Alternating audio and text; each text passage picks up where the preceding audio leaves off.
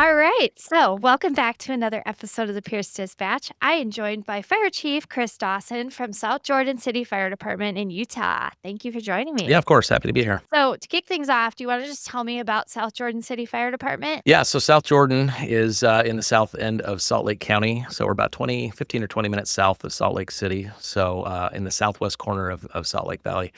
We service about 22 square miles and have a population of probably just north of 90,000. Hard to tell. It's a rapidly growing community. It's consistently one of the fastest growing communities in Utah as well as in the nation. So it's a big community there. We currently run 4 stations out of South Jordan. We have about 100 personnel, and we're rapidly approaching our 5th station. So that's in design phase right now. We'll be adding on our far west side, due to our growth, we'll be adding a 5th station, another 21 personnel here in the next few years. So Sure. So, what does your fire apparatus fleet look like for that? yeah, so we are an all hazards department. So from west to east. So our west station right now is Station 64 is our heavy rescue company. We actually run 2 medic units out of that station as well. So we have kind of unique to the fire service, especially in Utah. It's a paramedic only rig. So we actually have one of our medic units they're not firefighters, they're just paramedics. And they help with interfacility transports, backup on our 911s. We have a full-time fire medic unit there as well, and our heavy rescue company. And then moving to the next station over, Station 62. Station 62 actually runs a critical care paramedic program, so kind of also unique. We're one of only a couple units in the valley that run critical care. And then we have a wildland specialty out of there. So we run an engine company, but we also have a Type 3 wildland engine that runs interface fires for us. And then our next company is our ladder company, Station 61. They're over kind of in our old downtown area, and we run a Pierce tiller out of that house. So, and then Station 63 is our hazmat company. So that's our farthest east. It's closer to a lot of our industrial and have some of those needs, as well as I-15 is right in our district there. So our hazmat company is Station 63. But at all stations, we run engine companies and full-time medic units. Sure. So, you're in on a final inspection of your Velocity non walk in heavy duty rescue. Yeah.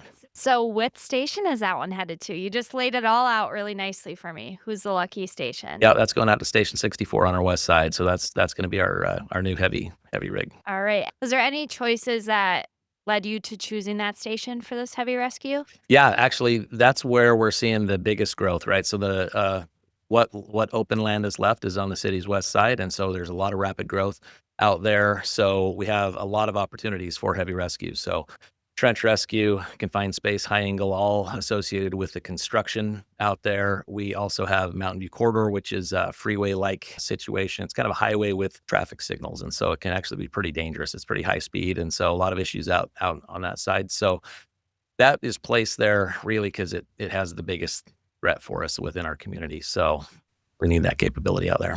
Sure. Well, with this unit, are there any features you're most excited about?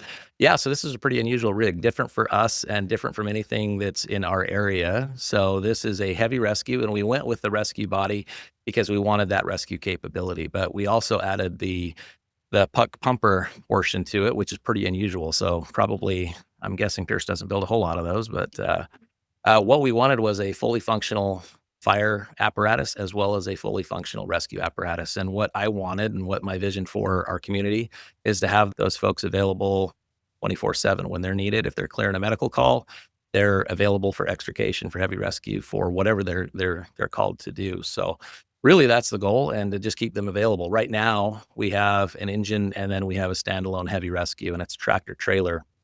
I should say that Station 64's area is also part of one of the largest master plan communities in the nation. And so streets are a little narrower. They're all rear entrance alleyways. And so there's no driveways through that community. And so we get a lot of wall to wall cars through that area. So it's a little harder to navigate, which has really caused me to reevaluate all of our apparatus across the entire city, because we want to be efficient, obviously, when we respond. And so this is one of those things that really, really helps us. Again, I'm pretty excited about the fact that it's going to have everything they need. Those folks will go to work every day and have all the tools they need to take care of whatever is needed. We also went with a T3 rear end on that, so it's got that rear steer capability, which is, I think, going to be huge for us. One of our concerns with having a larger apparatus with the dual axle in the back was the size and our ability to get through that unique area. So having that T3 is going to be really big for us. We're excited about that. Yeah, that was my follow-up question is how did you design it specifically to best navigate those tight streets? And you brought up the T3, which that's pretty cool. Right. Yeah. Some of our engines, we've also shortened them. So they have a little shorter wheelbase. They kind of refer to them as race cars because they're able to get around much quicker and easier in that community. We went with a tiller that obviously gave us a lot of capability as well. So all of our apparatus again has just been designed to more effectively and efficiently serve our community. So it sounds like it's almost a dual purpose apparatus with the fire and rescue Yep. capabilities. Can you give a little more insight as to what equipment will be stored on it? Yeah, so this is going to be a fully functional heavy rescue. So it'll have trench panels on there, everything we need, whaler system for trench rescue. Of course, all of our rope rescue equipment, confined space. So we've got the awning on the side of the truck so that if we're cutting lumber, doing a trench rescue or doing anything else, setting up longer term operations, which can happen with the rescue company, we've got the awning, give them some shade and give them a place to work. We've got plenty of struts. We've got extrication capability for all that, all lifting airbags, pretty much you name it. It's got everything we need on that truck. So yeah, there's a rescue paddleboard actually. So we actually have a slot. That was the first Pierce that ever designed for a rescue paddleboard in the back of the truck. But we do have a lot of water there, so there's a lake inside of that west side area, that Daybreak area, as well as a water course, and then we are flanked by some other fishing ponds and different bodies of water. So we do have a robust water rescue program as well in the city that runs out of Station 64 as well. So yeah, they needed that rescue paddleboard. So Yeah, so what an assortment. Do you have a rhyme or reason as to how you're organizing the equipment on there? yeah, in fact, we spent a lot of time really making sure that it was right. So the back of that truck is really well organized. Pierce did a great job helping us figure that out because we needed ladders for the fire side, right? We needed to be able to store fire hose, high vol, everything we need on a fire truck. But then also we didn't want to skimp on what we were doing with our heavy rescue. So which is why we went with the rescue body. Gave us quite a bit more storage capacity, higher weight rating to carry more equipment. So again, I feel like we've got a great, and that was one of my, I'll just be honest, that was one of my guys' real concerns was, hey, we just don't want this hodgepodge apparatus that doesn't do anything right. And actually, I think we've got just the opposite. I think we've got a really solid fire apparatus as well as a very solid heavy rescue. So And then also on the inside of compartments, you did some interesting partitioning off. Was that specific to tools that you're putting in the compartments? yeah, so everything, especially with our airbags, our strut systems, so everything in there has got a place. So for chains, pickets, for everything that we need as far as the rope and confined space as well. Yeah, there's really a place for everything on there, and it was really well designed around that. Yeah. So when you went into the designing that, do you have any advice for departments? That sounds like it's a big task to take on, measuring all of your tools, laying it out. Do you have any advice to that section of Yeah, planning? 100%. So the most important thing for us was to find out what equipment we wanted on that. Now, I will say that we have a support trailer to go with this. So we have a large trench or some extended rescue. We do have additional lumber that we can bring there. But what we have on this rig is everything we need to get started to really do, an effective trench rescue. And I would say what really constitutes most of what we're doing inside of our community too is everything's on that truck. But should we have something bigger, we have that support trailer. But my advice would be look at what you want on your rig and get good measurements. So Pierce has done a great job as far as building a compartment for every one of our airbags, the different sizes, capabilities, the things that we need there. But having that stuff in advance, knowing what it is you wanted, the sizes of ladders, whatever equipment you want, that really helped us to do a good CAD drawing and get everything the way we wanted it. And I know you touched on this earlier, but I definitely want to hear just specifically the rhyme and reason why you included a pump on your rescue. Yeah. So again, a little bit outside of the box, but we're busy, right? Like most departments, about 80% of our calls are EMS. And so Station 64 is a busy house and it's going to be much, much busier. So recently a minor league ball stadium just was built right across the street from Station 64. We're getting a lot more high-rise type stuff that's planned in development in there. So we know that's going to be a busy house. Actually, that station was built to add a second company. So at one point we will have that second company.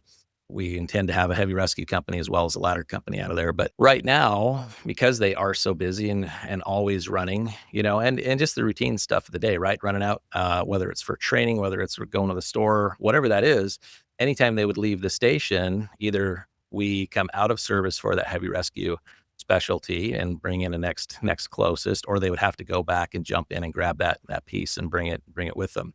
Again, it's a tractor trailer, right? What we have right now, it's just too big to haul around with us, right? So stays in the house. So that heavy rescue capability was really only available to its full capacity when they were in the station. So now we'll have the ability to run fires, run rescues, run medicals, do whatever it is we need to do inside of that apparatus, regardless whether they're in or out of the station. So, and that was important to me. Was there any rhyme or reason why you chose the Pierce puck pump for the rescue in specific? Yeah, definitely, right? As I mentioned, it's kind of a tight community and it's a little difficult to get around. And so the puck really does a couple things for us. One, our fleet staff love it. It's easy to maintain and easy to access, and that's been great. But it also has shortened it up a little bit for us too, right? It gives a little more space savings. We don't have the length of the pump panel added to this.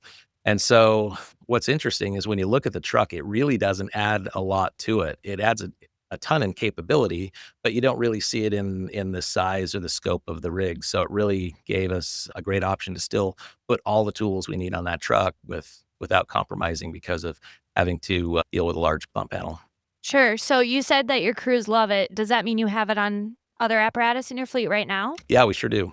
Okay. Yep. So as a result of everything we're doing, trying to shorten up those wheelbases and have smaller engines to respond, we've put the puck on all of our recent deliveries. And when I was looking at the specs, there's a PACCAR engine in this rescue. Yep. Is there any reason why you chose the PACCAR? Yeah. So the PACCAR, it does a couple things, which I think is great. This is a big truck, big, heavy truck, right? One of the things we like about the PACCAR is its engine brake is great. It really slows that rig down when we need it. And so from our fleet perspective, they feel like they're going to save on brakes. And they also love the fact that it's designed in such a way that it's easy to maintain, easy to service. And so our fleet folks are actually really excited about it. But it has the power we need to get that big truck up and moving, and again, get it stopped as well. So we feel like the PACCAR was a great option for this truck. This is the first one in our fleet, but we're excited to try it out.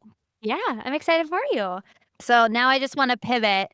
In general, with the heavy duty rescue that you're taking delivery of, how do you feel it's going to support your long term strategy and vision for your community's safety? I know you talked about how it's a rapidly growing community. Yeah. So again, we've got a lot of interesting threats as it's a neat community. There's a lot of neat things going on in there. But of course, anytime you add something different, a new amenity to the community, it adds an extra layer of response capability, if you will. Again, it's nice to have lakes and water courses and stuff inside of neighborhoods, but we have to then address the potential rescue needs and the aspects that go with that. With the construction, and we expect we'll see construction for probably the next couple of decades out there. There's still a reasonable amount of land out there. And so, again, the trench stuff as they're putting in utilities, that always is a threat to us as they're putting up tower cranes. Again, rescue options. So for me, it was important long term to be able to just respond effectively, efficiently, and have what we need when we need it.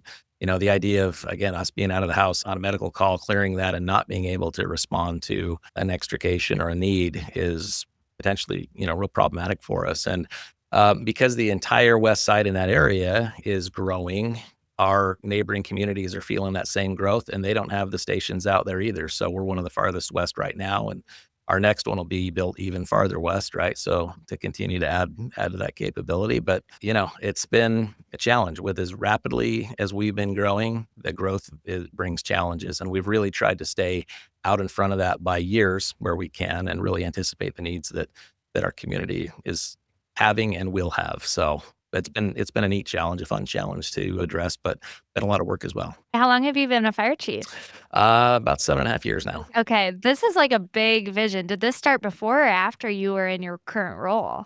It really started right about the time I took over. So the growth has been happening at a pace, but it really started taking off about the time I took the chief job.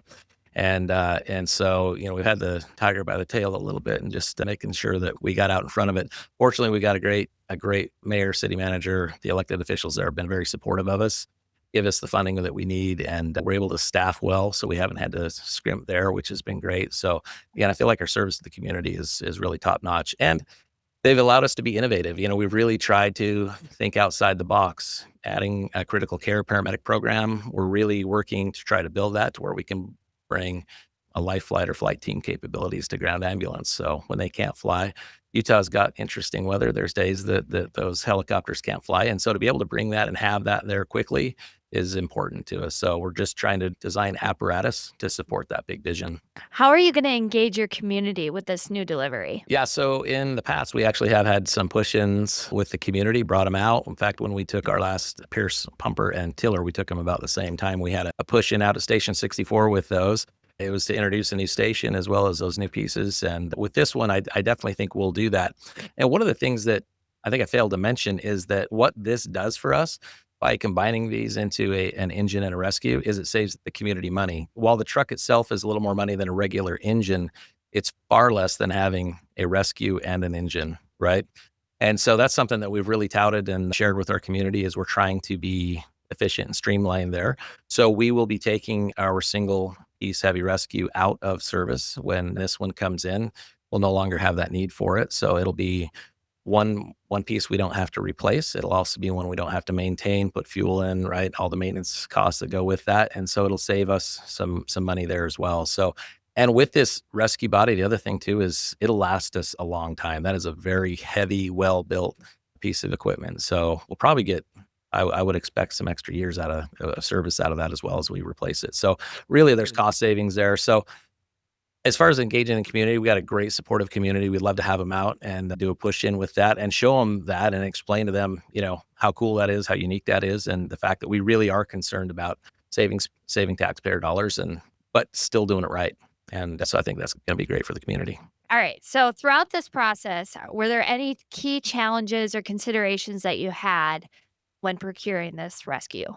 Yeah, one of the key challenges was getting the buy-in from our staff. So that's kind of interesting, right? How do you navigate that? Yeah, so it was interesting because I proposed this idea of combining them for all the reasons we've talked about. And, they had legitimate concerns, I think, and it's important for me to listen to our folks, right, to make sure that we address their challenges. And so we had quite a few meetings to talk about their concerns and what it was. Their big concern was, hey, we don't want to have a piece of apparatus that does nothing well, right? Something that's just kind of a conglomerate of things and does nothing well. And so it was really important for us to figure out, will this do everything that we need it to do? Can it be an effective fire apparatus and can it be an effective rescue? And will it hold enough of the equipment to allow us to go to work immediately? And that was important to me. Can I run an entire, what we call like a standard utility trench? And we can do that. We can carry everything that we need as far as rope rescue and confined space.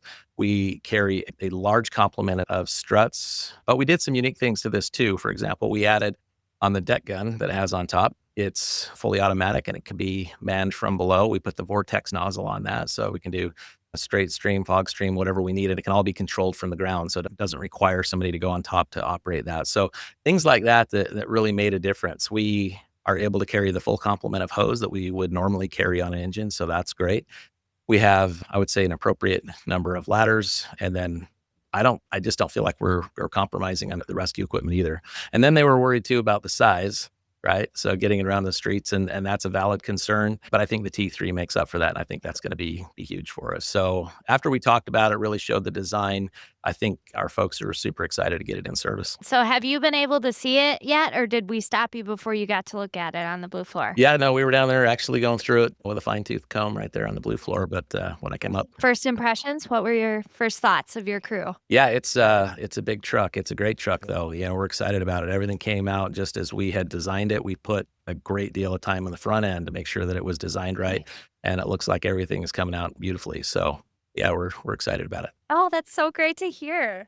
Do you have any advice for departments who are looking to spec out a heavy rescue now that you're kind of at those final steps of the process? Yeah, I guess my advice would be really look at what's needed in your community, right? Really, it's one thing to just throw everything at it, right? And just try to have a toolbox for everything. But in our case, when we looked at that, we didn't want something that was just so big and inefficient. We kind of have that right now with our tractor trailer. It's big, it has everything on it. We can do everything up to structural collapse there. But the problem is it's such a big apparatus. We really have a hard time getting it into all of the places we need to get it to. And so, I will say, I think that our folks are a little more hesitant to bring it if they need to do it. It's also much more inefficient because It's so big with a ton of roll up doors, and it's just not efficient to operate off of.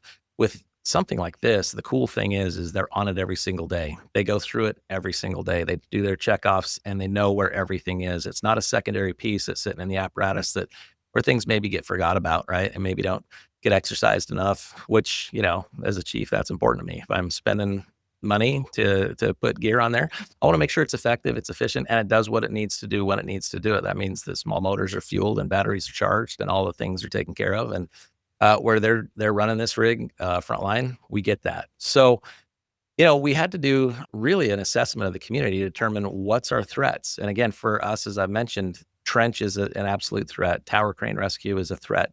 Confined space, rope rescue, those things are they're a threat. And we did some things actually in that station to help us too. We actually built one of our stairwells when we built that station to allow for rappelling and anchors so that they can practice at that station too, which is kind of cool to keep them going. But it's not something we use every day.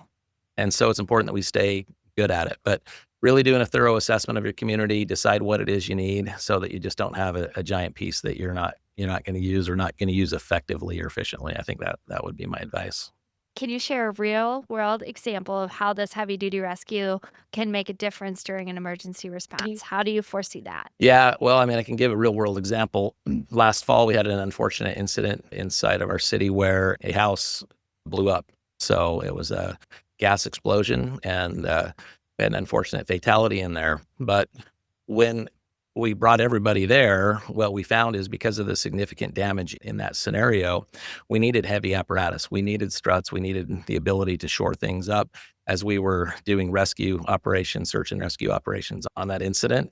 So having an apparatus like this, it would have just been there and we would have had that capability right up front. So we could have gone to work immediately as opposed to having to call in neighboring rescues. So I think in a scenario like that, even though that's unusual, I think that's a good example of something where, it can be used. I think just day to day, there are traffic accidents we sometimes respond on where maybe we don't know that we need extrication right out of the gate. These guys have it in their front bumper. They can just go to work, pop a door, take a roof dead, or do whatever they need to do. And they've got that capability right there with them. So, and the nice thing is too, in the neighboring jurisdictions, if these guys are out and about, they're at the grocery store or wherever they're at, they can call them, they'll be there and take care of that problem. So again, I think it's a pretty cool option. Certainly. Well, thank you so much for joining me Yeah, happy to. and sharing on your rescue. Yeah, for sure. We're excited to get it in service and really looking forward to it. It's going to be a great truck. A lot of interest too. We've had a lot of neighboring departments that have been very interested to see how this will work. So, but I think it's going to work great for us and hopefully a good option for the future. Absolutely. Thank you. Yeah, you bet.